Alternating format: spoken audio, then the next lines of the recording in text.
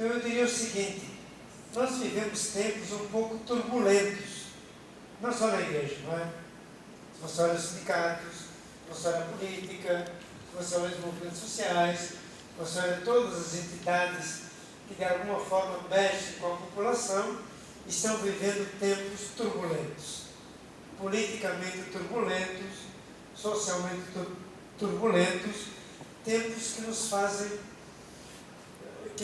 perguntas, tempos de onde emergem muitas perguntas. E aqui tem uma primeira novidade para nós.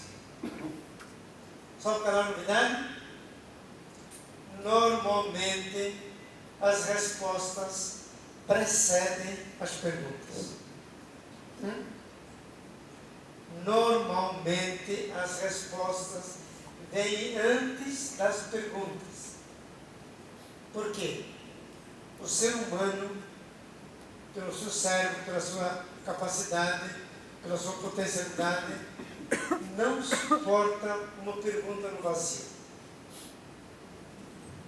Na racionalidade humana não existe vácuo. O ser humano não suporta uma pergunta no vazio.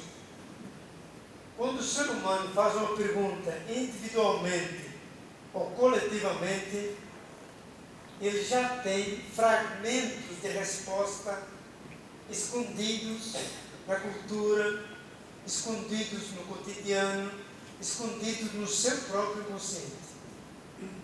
Quando fazemos uma pergunta, é porque já temos fragmentos da resposta.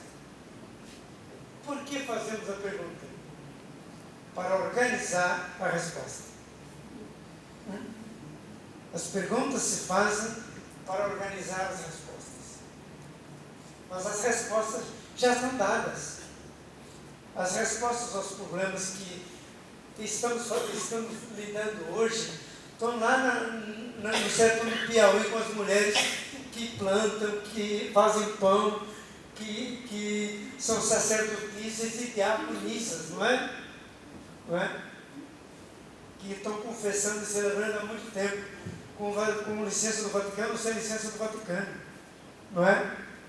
Estão lá no sertão da Paraíba, estão lá no Maranhão, estão lá no Ceará, estão lá estão cá no Pernambuco, está na Bahia.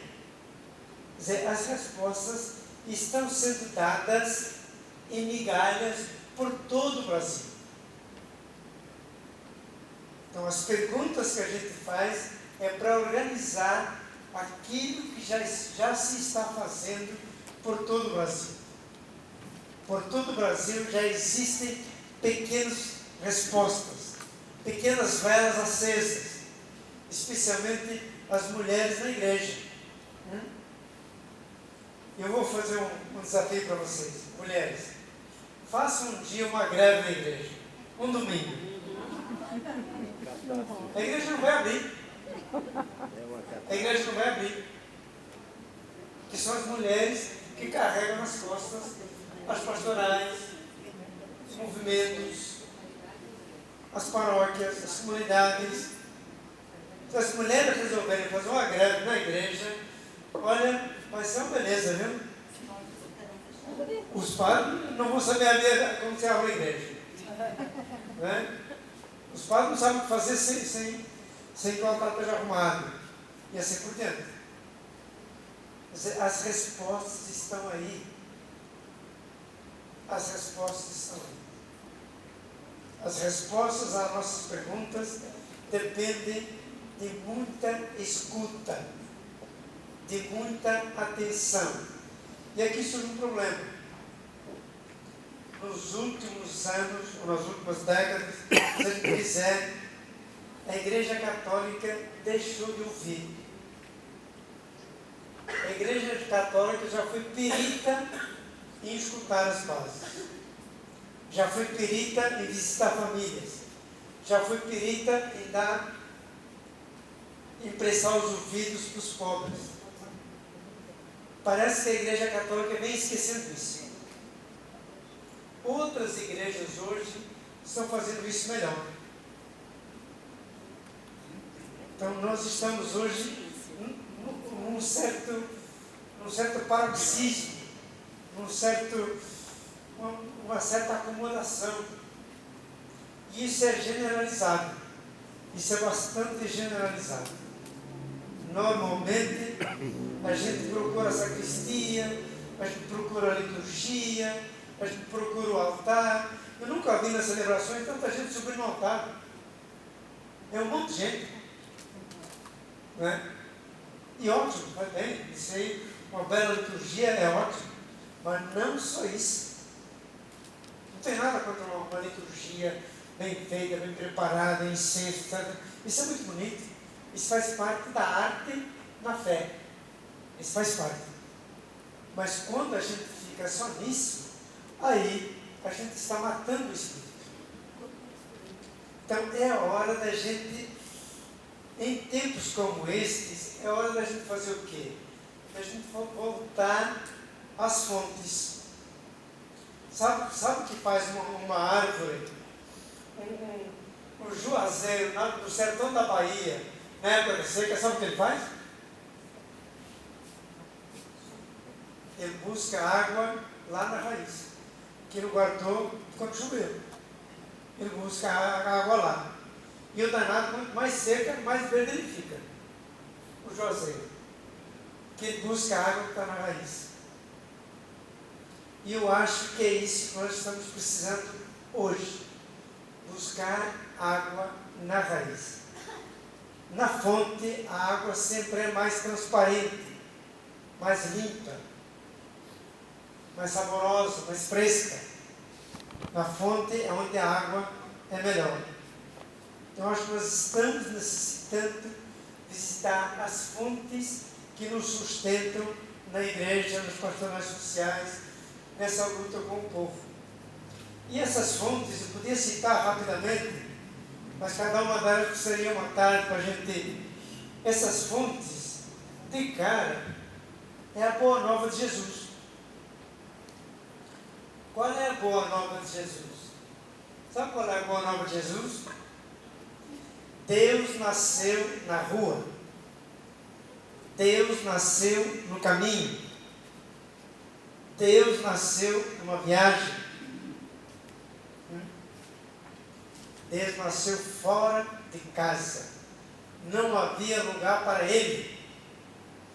Deus nasceu fora de casa. Não havia lugar para ele. No pensamento do antropólogo francês, Deus nasceu num não lugar. O antropólogo francês é Marc Augé. Quem quiser depois olhar aí pelos celular da vida, não é? Marc Augé diz o seguinte: o não lugar é aquele espaço onde não há nada que me é familiar. E eu me sinto fora de casa e não vejo a hora de chegar em casa. Por exemplo, aeroporto é um não lugar. Por exemplo, shopping center é um não lugar. Rodovia, lá, fronteira é um não lugar.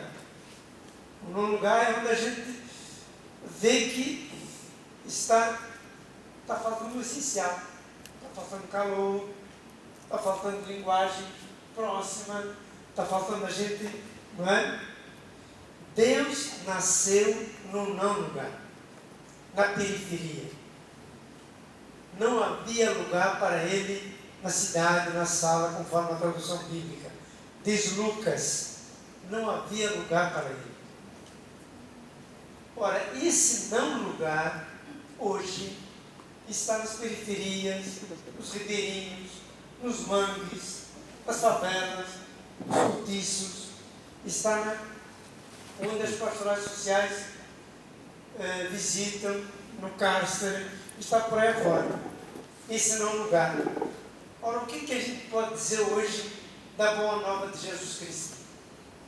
O não lugar pode se tornar no melhor lugar para lançar as sementes do novo lugar. Vou repetir, isso é meio filosófico, mas deixa a gente filosofar de vez em quando. O não lugar é o terreno propício para lançar a semente de um novo lugar. É no não lugar que o novo lugar brota. O novo lugar nunca brota dos palácios, nunca brota das mansões, nunca brota de quem está muito bem, obrigado. Nunca. O novo lugar nasce, o novo lugar nasce de quem não se sente em casa, de quem se sente que está faltando alguma coisa, de quem se sente que a dignidade humana está ameaçada. Onde a dignidade humana está ameaçada, é um novo lugar. É nesse lugar que pode sair o novo lugar. Ora, o que é isso em termos evangélicos? O reino de Deus tem suas raízes no não lugar. O reino de Deus tem suas raízes no não lugar. É de lá que vem a boa nova do Evangelho. É dos pobres, é dos pescadores, é das prostitutas, é dos cobradores de impostos, é das crianças, é dos leprosos, é dos estropiados que andam com Jesus. Vocês já viram? Jesus sempre anda com um monte de estropiado. Já viram? É desses estropiados que dá para escutar novidade, que podem trazer novidade.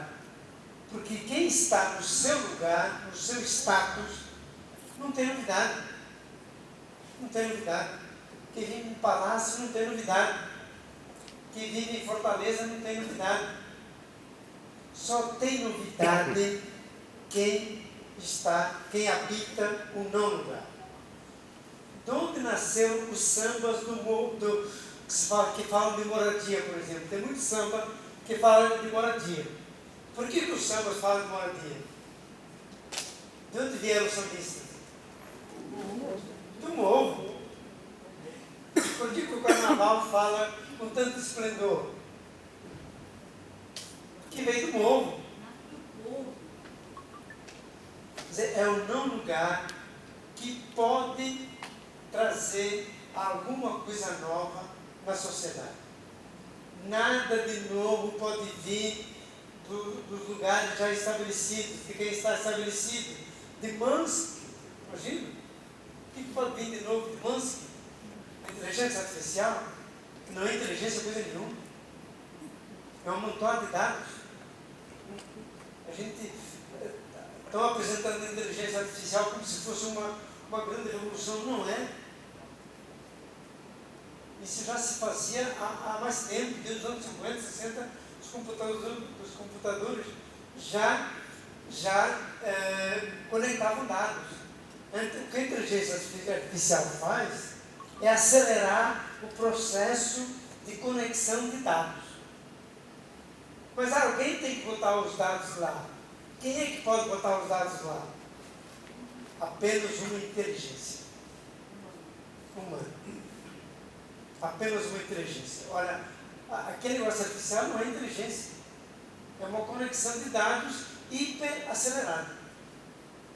Mas dali não sai absolutamente nada de novo. Nada de novo sai dali que não seja colocado pelo homem, pelo ser humano, pela mulher, que pensa, que tem sentimentos, que sofre, que chora, que tem sonho, que tem esperança, que tem imaginação. Quer dizer, a inteligência artificial, como eles dizem, é a matemática aplicada, pura matemática. Conexão de dados puros. Ora, o ser humano tem um monte de coisas que não são matematizáveis. O teu medo não é matematizável. O teu amor não é matematizável. Não é contábil. O ser humano está cheio de coisas que não são contáveis. O medo, a esperança, o sonho, a imaginação, os sentimentos, a raiva, o ódio, aquilo que de vez em quando explode dentro da gente, não é? Isso não é contável. Então a inteligência artificial nunca pode dar conta disso. Nunca. Nunca pode dar conta da totalidade, da potencialidade que é o cérebro humano, que é capaz de tantos sentimentos, alegria, tristeza, choro, riso, canto, música, tudo isso faz parte. Isso sim é inteligência. Isso sim é inteligência. Então a gente tem que tomar cuidado com essas revoluções que a gente acha que são revoluções. Mas voltando, a boa nova tem seu lugar no não lugar do tempo de Jesus e dos tempos depois de Jesus. O que significa hoje voltar às fontes? Significa buscar instrumentos para reler a palavra de Deus. Buscar instrumentos para uma releitura do Evangelho, da doutrina social da igreja, por exemplo, não é? Do tesouro que é a doutrina social da igreja, porque buscar instrumentos para reler tudo isso. E aqui, de cara, a gente pode dizer uma coisa. Não somos só nós que estamos nessa sala, que estamos atrás das fontes.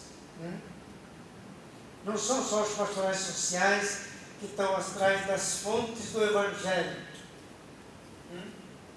A extrema-direita está falando de fontes do Evangelho. A extrema-direita está falando de igreja verdadeira. Os movimentos de extrema-direita na igreja estão falando na igreja verdadeira. Qual é o problema dessa igreja verdadeira da extrema-direita? Essa igreja vai até a Idade Média, mas não ultrapassa aquilo que se chama, não ultrapassa aquilo que se chama o marco constantiniano. Já ouviu falar disso? Constantino foi um imperador romano do século IV. Constantino. O Império Romano estava caindo aos pedaços. E aí a igreja estava crescendo muito. Quanto mais os imperadores que precederam ele, Calígula, Diocleciano e outros imperadores que perseguiram os cristãos, mataram milhares de cristãos. Quanto mais eles faziam isso, mais os cristãos cresciam. Mais os cristãos cresciam. E Constantino se deu conta disso. E Constantino adotou a religião cristã como religião oficial do Império Romano.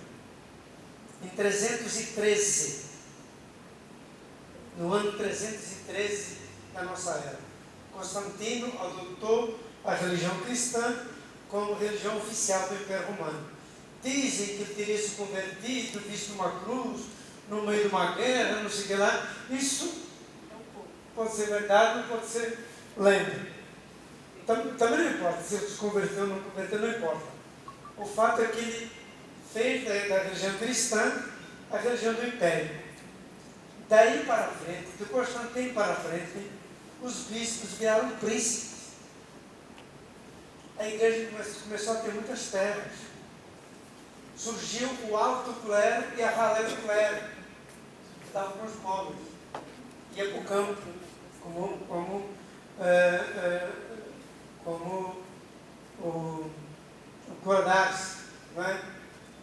Isso, e é daí que surge todo esse luxo, esse triunfalismo e essa aliança entre a cruz e a espada, entre o altar e o poder, entre o palácio e a cúria.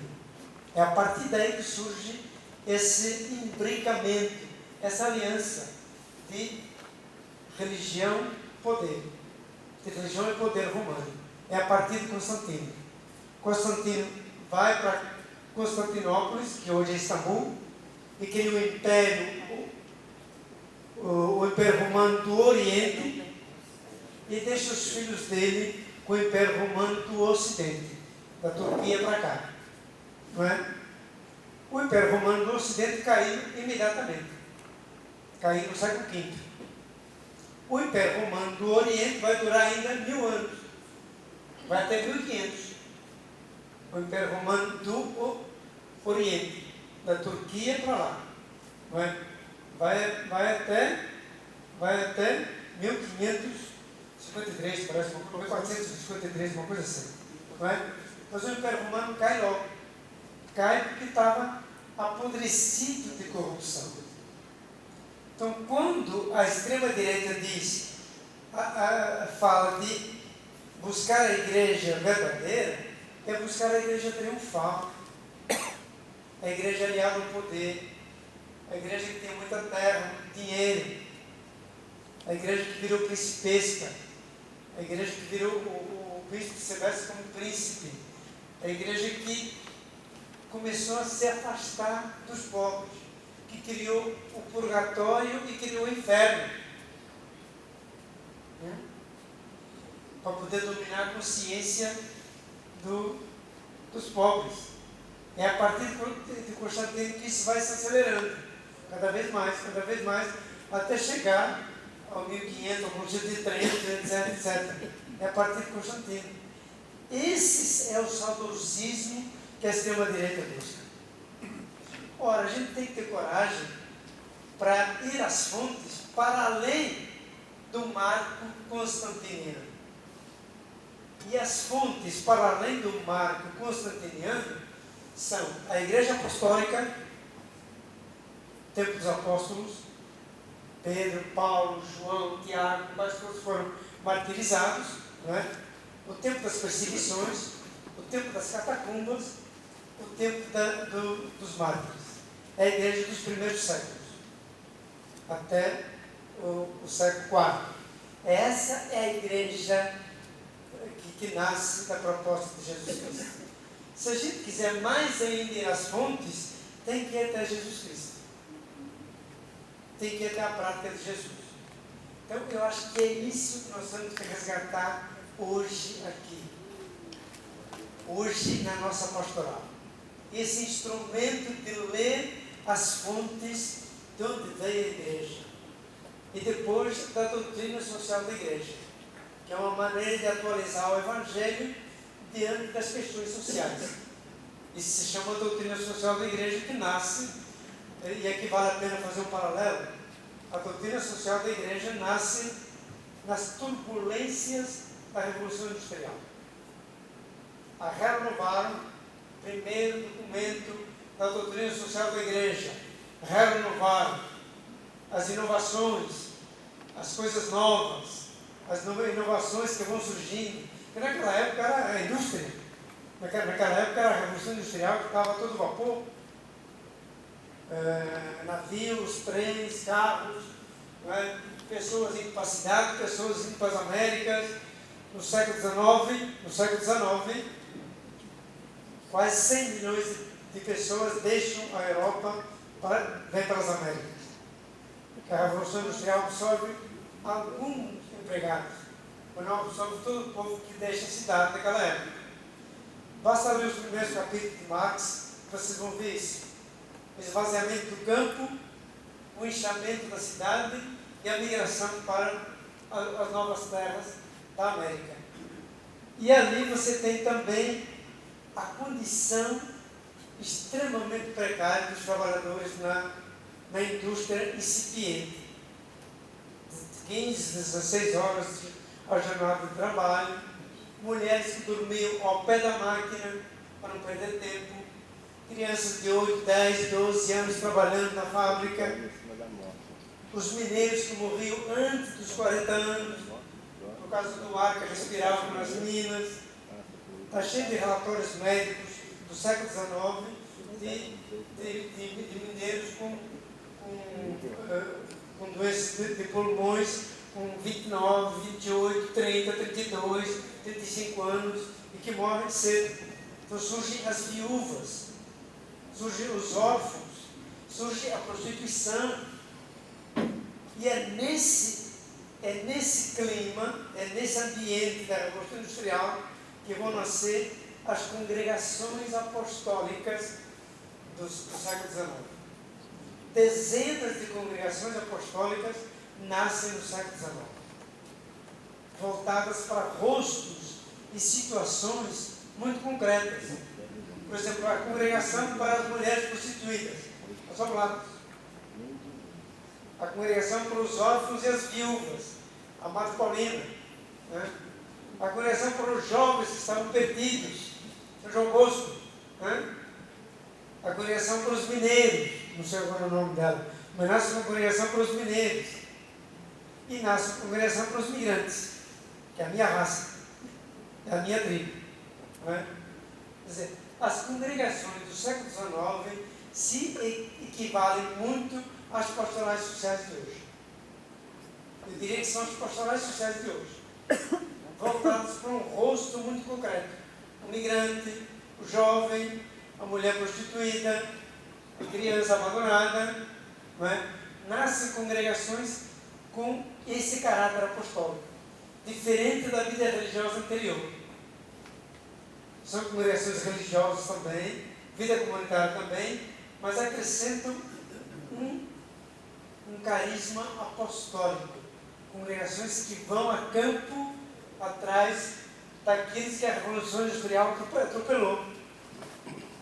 A Revolução Industrial trouxe benefícios na saúde, nas comunicações, nos transportes, na longevidade, no combate à mortalidade infantil, mas teve muitos efeitos colaterais.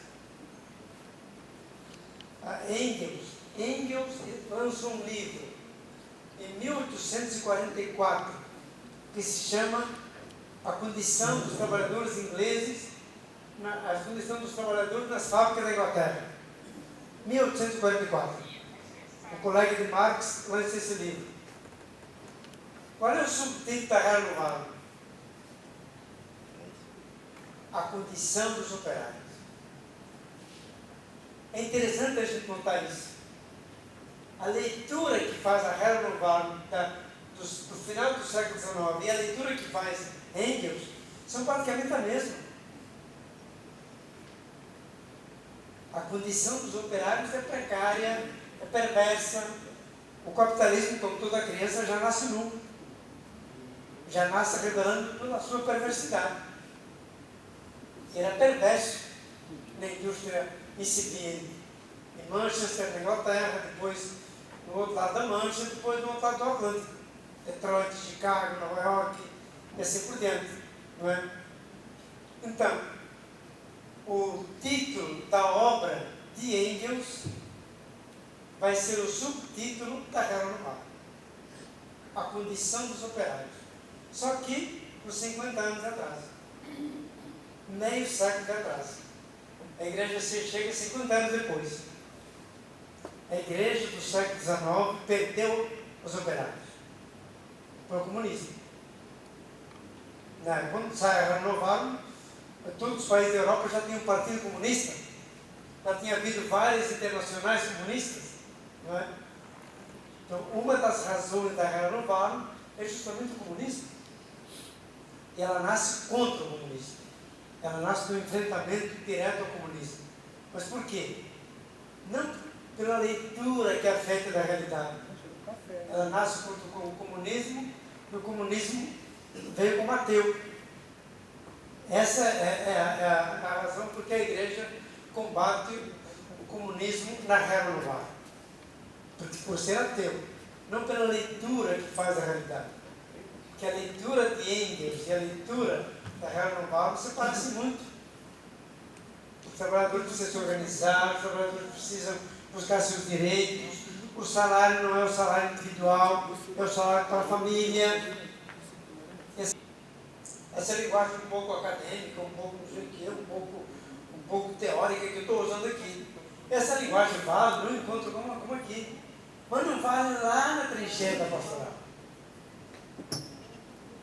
Essa linguagem vale nos encontros, seminários de estudo que a gente faz, que os agentes fazem, mas não vale no dia a dia com o cárcere, no dia a dia com os não tem moradia, no dia a dia com os migrantes. Essa linguagem não vale.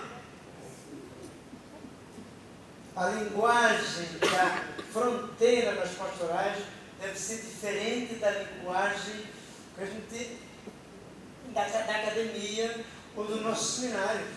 A gente às vezes não se dá conta disso. A gente acaba replicando lá na pastoral aquilo que a gente ouviu aqui. E não vale isso. Isso tem que ser traduzido. Traduzido como? Em parábolas. Olhem como Jesus fala. Tem alguém aqui que não entende o Evangelho, por exemplo, não lê? Tem alguém aqui que não entende a parábola do semeador? A parábola do mito samaritano? A parábola da mulher que perdeu uma moeda? A parábola do não sei o quê? Tem alguém que não entende? Quer dizer, entendia o iletrado, o letrado, o doutor da lei, todo mundo entendia a linguagem de Jesus. Quer dizer, eu acho que um dos problemas da igreja hoje é a linguagem. Um instrumento que a gente deve estar atento é a linguagem. A nossa linguagem é muito elitizada, hermética, muito acadêmica às vezes. E ela não chega. Vou dizer uma coisa para vocês. A terra se alimenta de chuva fina, não de tempestade. O que a gente está fazendo aqui é uma tempestade de conceitos. Isso não alimenta a terra. O que alimenta a terra é chuva fina. Né? A terra se alimenta de chuva fina. O povo está cansado dos gritos em praça pública, seja de partido, seja de sindicato, seja de igreja, seja de que for. O povo está cansado disso. Isso não entra nos ouvidos, essa gritaria em praça pública. Né? Agora, entra nos ouvidos a poesia, a música, o teatro, o toque, o abraço, a visita, o como vai você, o bom dia, o boa tarde, dá licença, como é que é. Isso entra. Entra no dia a dia. A senhora, como é que está passando? E as crianças estão bem? Como é que está a vida? Né? As parábolas de Jesus devem nos ensinar isso. A linguagem da pastoral tem que ser a linguagem do cotidiano. A linguagem do arroz e feijão. A linguagem do barraco, da telha, do emprego, do ônibus, da passagem de ônibus. A linguagem que toca o bolso e o coração do povo. Senão a gente começa a criar distância. Eu digo o seguinte, muitas vezes o pessoal da teologia de libertação montou um cavalo e saiu a galope. E esqueceu que o povo não anda de galope. O povo vai de jumento. O cavalo está no correr, fez um poeirão danado. O que aconteceu com o povo hoje? Não enxerga nem o cavaleiro, nem o caminho. Tanta poeira que foi levantada. A linguagem é fundamental. Por que nós estamos perdendo os jovens? O século XIX perdeu os operários para o comunismo. O século XXI está perdendo os jovens para a extrema-direita através das redes sociais. Através das redes sociais. A direita capturou os jovens. Capturou a geração Z, vamos dizer assim. Porque a nossa linguagem não chega até o jovem. Vamos trabalhar com a música, com a poesia, com a dança, com o baile, com o funk, com os titãs, com Alceu Valença, com, sei lá, tem um monte de gente aí que vocês conhecem muito melhor que eu. Gente que fala. Vão na paróquia de vocês e vão na capela do Santíssimo. Como é que o povo reza? Me explique. Como é que o povo reza? Tocando. O povo toca a imagem, toca o sacrário, toca a toalha do altar, se o padre está aí, toca a bateria do padre. O povo reza tocando. O que é a linguagem do toque? Linguagem de quem muito ama e de quem muito sofre. Quem muito ama e quem muito sofre sabe que só o toque vai nos salvar. Quer dizer, a afeição, o carinho, a ternura, o chegar junto, dizer, estou com você, esquenta aí, estamos juntos aí nessa parada. O toque é uma linguagem evangélica. Leia o Evangelho. Quantas vezes Jesus toca e se deixa tocar? Quantas vezes Jesus toca e se deixa tocar? Quer dizer, a nossa linguagem tem que baixar. Isso é um instrumento fundamental. a releitura do Evangelho de uma perspectiva da periferia. Deus nasce na periferia, o reino tem raízes na periferia, no não lugar. A releitura dos documentos da igreja, por exemplo, só para fazer um paralelo, Leão XIII escreveu a Rerum Novarum num boom revolucionário, da Revolução Industrial, do comunismo, das lideranças que estavam surgindo, etc. Por que Leão XIV colocou o nome de Leão XIV? Porque estamos vivendo um novo tempo de turbulências. Chame isso do que quiserem. Alguns chamam da revolução da informática, revolução da internet, revolução do diabo for. A verdade é que estamos vivendo tempos de muitas perguntas e poucas respostas. Tempos onde as verdades se tornam opinião, onde a mentira prevalece sobre a verdade, onde verdade e mentira não tem mais diferença.